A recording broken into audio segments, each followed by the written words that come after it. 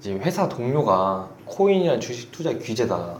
거의 이 친구 하나 때문에 한 3, 4천만 원을 이득을 봤다. 너도 개인 생각 중이라고 하지 않았냐? 내가 그거 다 변제시켜준 만큼 능력이 된다.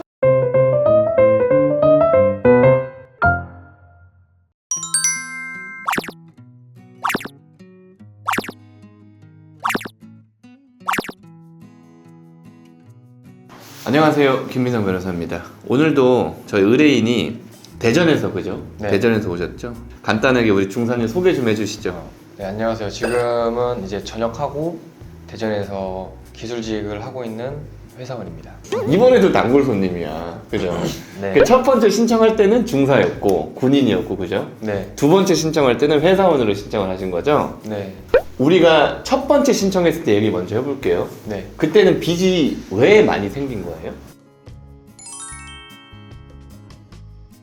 솔직하게는 이제 주식, 뭐 코인 이런 쪽으로 많이 했었다가 이제 이러니까 이걸 본전이라도 회수하고 싶은 마음에 이제 더 큰 돈을 이제 쓰게 되고 대출을 받게 되고 하다 보니까 나중에 돼서는 그 상환할 능력이 안 돼서 네, 그때는 이제 신청을 하게 됐던 것 같습니다. 그러면 그때는 우리가 어쨌든 뭐 돌려받고 그 다음에 대출을 받고 했었잖아요. 네. 그때 우리가 받을 수 있는 대출을 풀로 받은 거예요? 아니면 그냥 어느 순간 멈춘 거예요? 이건 아니다 싶어가지고. 다 받을 수 있었는데 이건 진짜 더 이상 가면 안 되겠다 싶어서 네, 중단한 걸로.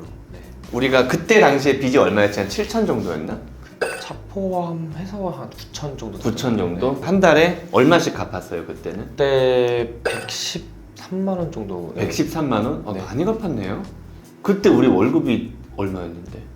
그때가 아마 한 230, 40 정도. 아 그래요? 실수령이 230, 40? 아 네. 그러니까 딱 그 최저생계비 정도만 인정받고 나머지는 그냥 계속 갚는 변제 계획 아니었구나, 그죠? 네네. 왜 갑자기 못 갚게 된 거예요? 이유가 뭐예요?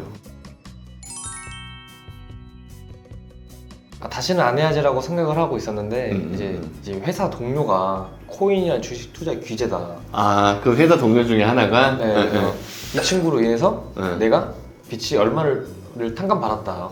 거의 이 친구 하나 때문에 한 3, 4천만 원을 이득을 봤다. 이런 얘기를 하길래 근데 너도 나한테 그때 말했던 게 뭐 개인 생각 중이라고 하지 않았냐? 코인 때문에.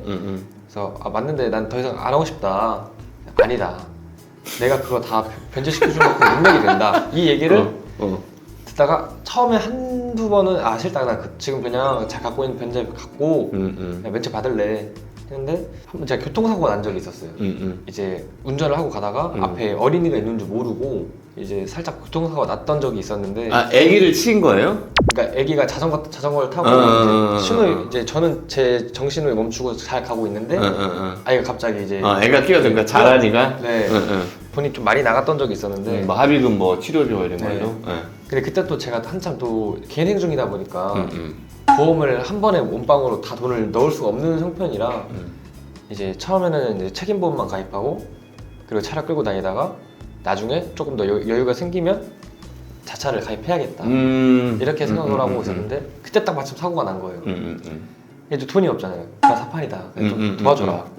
그래서 했는데 야 이번엔 내가 좀 실수했다. 그래서 좀 손실 크게 봤다. 미안하다 하길래 뭐 혹시라도 조금이라도 더 여유가 있으면은 한번 다시 해보자. 나도 돈을 많이 잃어서 대출을 받았다. 하길래 혹시 너도 뭐 대출을 나오는 게 있냐? 그 회생 대출을 받았어요? 네, 그때 그래서 회생 대출을 받았었는데 얼마나 나왔어요? 그때 한 1,000만 원, 1,500만 원? 1,500? 네, 그 친구가 하는 말은 아 이거 한 달만 쓸 거다, 한 달도 안 쓸 거다. 한 번만 잘 먹으면 그거 다 끝낼 수 있다. 1,500 금방 갚을 수 있지 않냐?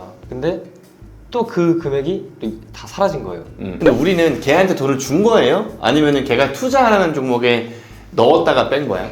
투자하는 종목에 넣었다 뺀 거예요. 아 우리가? 네. 그러니까 우리는 어찌 보면 그냥 정보를 걔한테 받은 거고 네.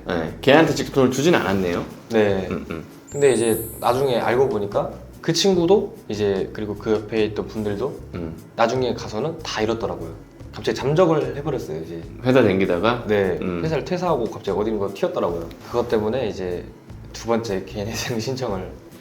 그럼 재신청을 우리 최근에 했는데 이 재신청을 할 때는 기존에 있었던 대출에 추가 대출이 좀 플러스가 됐고요, 그죠? 네. 그 다음에 새로운 직장에 급여가 기준이 돼가지고 하게 된 거잖아요. 네네. 재신청을 하면서 첫 번째랑은 뭔가 다른 게 있었어요? 첫 개인회생 때는 그래도 금지 명령이 바로바로 나왔었는데 두 번째 때부터는 그걸 받기 위해서 엄청나게 큰 부단한 노력이 필요했고 안 될 수도 있다는 거를 감안하고 있어야 되기 때문에 말 그대로 금지 명령이 떨어지지 않으면 개시 결정, 인가 결정이 나올 때까지는 신나게 채권자들이 추심을 하니까. 저는 그게 제일 무서웠던 것 같습니다. 근데 우연찮게도 이제 잘 해주셔가지고 저는 엄청나게 운이 좋은 케이스라고 들어서 금지 명령에 나왔었습니다. 왜냐면 일단 우리가 첫 번째는 그때 군인이었을 때 신청을 했기 때문에 의정부로 신청을 했었잖아요. 네. 네. 그리고 두 번째는 대전으로 왔단 말이지. 네. 생각보다 의정부가 그렇게 까다롭지 않아요. 그리고 대전이 더 까다로워 오히려. 네, 대전이 훨씬 더 많은 자료를 요구하고 이게 밑으로 내려갈수록 좀 약간 까다로운 느낌? 서울과 멀어질수록 좀 까다로운 느낌이에요. 진짜 뭐 광주, 창원, 막 울산 이런 데는 진짜 까다로워. 부산은 요즘 좀 나아졌고 회생법원이 생기고 나서부터 그래가지고 사실 뭐 재신청 같은 경우는 원칙적으로 그냥 무조건 금지명령 기각인데 보정이 나와가지고 금지명령이 계속 좀 미뤄지고 그거에 대한 보정서를 넣으니까 다시 금지명령이 나왔다는 거지. 아까 말씀하신 지난번에 빠그라진 이유, 네. 그 다음에 지난번하고 요번하고 뭐가 다른지, 네. 그 다음에 앞으로는 요번 회생을 꾸준히 하기 위해서는 어떤 노력을 할 건지 뭐 그런 것들 적어서 냈다는 거죠. 네네. 처음보다는 그래도 조금 한 2, 3주 정도 뒤에 금지 명령이 나왔던 걸로 알고 있어요. 좀 기간을 좀 끌었구나. 네. 아까도 추심이 좀 무서웠다고 했는데 그럼 실제로 추심을 당한 적은 없으세요? 처음엔 전화로 했다가 문자로 했다가 그 다음에 이제 방문 추심을 한다고 이렇게 문자가 날라오더라고요. 저는 이게 그게 무서워서 이제 변호사님께 이제 전화를 드렸는데 아 그거 걱정하지 마라. 내가 그때 전화를 받았어요? 네. 본인이 원하지 않으면 추심을 와서 방문 추심은 할 수 없게 돼 있다. 근데 그래도 오게 되면 금감원에 신고하면 된다. 이 말씀을 듣고 그렇게 얘기했어요? 네 그렇게 얘기했는데 그래도 계속 어떻게든 압박을 주더라고요. 우편으로도 또 톡촉장이 날라오더라고요. 그거는 피할 수 없는데 그래도 방문 추심은 이제 그때 그렇게 말을 하게 됨으로써 안 받았던 것 같습니다. 어쨌든 간에 모르겠어요. 저도 맨날 이 수많은 사람들하고 회생에 대한 상담을 하고 진짜 수천 건을 해봤지만은 사실 내가 추심을 당해본 적은 한 번도 없거든. 그 추심에 대한 압박을 못 느껴봐서 그런데 아니 여기는 군인 출신이고 네. 좀 건장한 남자인데 그래도 막 무서워요? 제가 대출을 받았다는 거를 심지어 그게 어떻게 보면은 개인회생은 사채를 써야 돼요. 이제 사고명권을 써야 되는데 그거를 써서 독촉장이 날라오면 부모님 마음도 찢어지니까 회생 대출을 했을 때 네. 정상적이지 않은 어떤 그런 애들이랑 거래를 하니까 네. 무슨 뭐 사채 같은 애들이 이렇게 오면은 아, 진짜 우리 아들 완전 인생 진짜 나락으로 갔구나 약간 이렇게 느낄까봐. 그거랑 이제 방문을 한다고 하면 아무래도 부모님이랑 같이 살고 있는데 좀 이제 문제가 될 것 같아서. 오케이, 알겠습니다.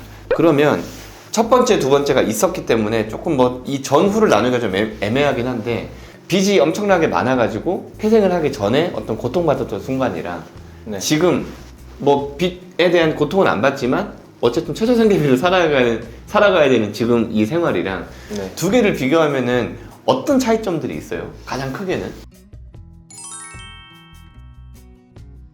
그때 이제 회생하기 전에는 맨날 라면만 먹었어요. 돈이 왜? 없다 보니까. 아, 돈이 없어서? 네, 근데 그러다가도 좀 어떻게 보면 다시 살아나고 싶다 보니까 또 추가 대출을 받아서 어떻게든 갚아보자라는 마음에 또 신청을 하게 되면은 그때부터 밥도 못 먹어요. 돈이 없어서. 근데 지금은 진짜로?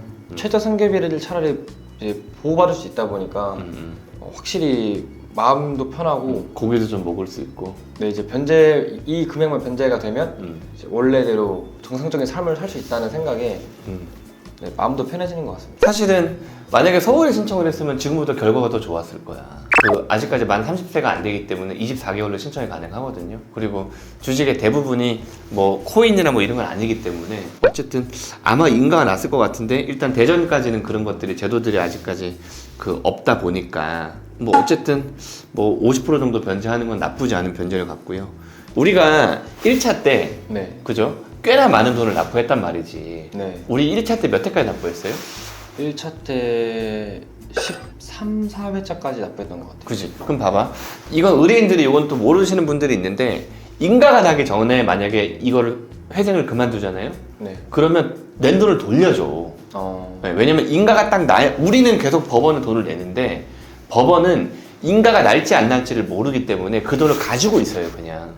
그러다가 인가가 딱 나면은 그때 채권자한테 쌓여놨던 것들을 쫙 뿌려주고 그 다음부터는 매달 한 번씩 뿌려주거든. 근데 우리는 17회가 그 됐기 때문에 인가가 난 이후에 우리가 폐지를 했기 때문에 받은 돈들을 우리가 환불을 못 받았단 말이에요. 낸 돈들을. 네. 그러면 사실 약간 아까울 수도 있단 말이에요. 회생 대출이 그걸 노리는 거예요. 왜냐면 야, 이 새끼 폐지되면 너무 아까우니까 어떻게든지 이거는 더 잘 갚을 거다. 이 돈은. 네. 그래가지고 이건 이거대로 갚고 이 원래 회생은 회생대로 갚고 보통 이렇게 하거든요. 근데 갑자기 이거를 그냥 포기하고 재신청했던 이유는 뭐예요? 사실 금리가 이자라고 해야 되나? 너무 높기 때문에 저 내가 100만 두 번째 빌린 게 네, 100만 원을 빌려도 월 납부금이 말이 안 되게 높다 보니까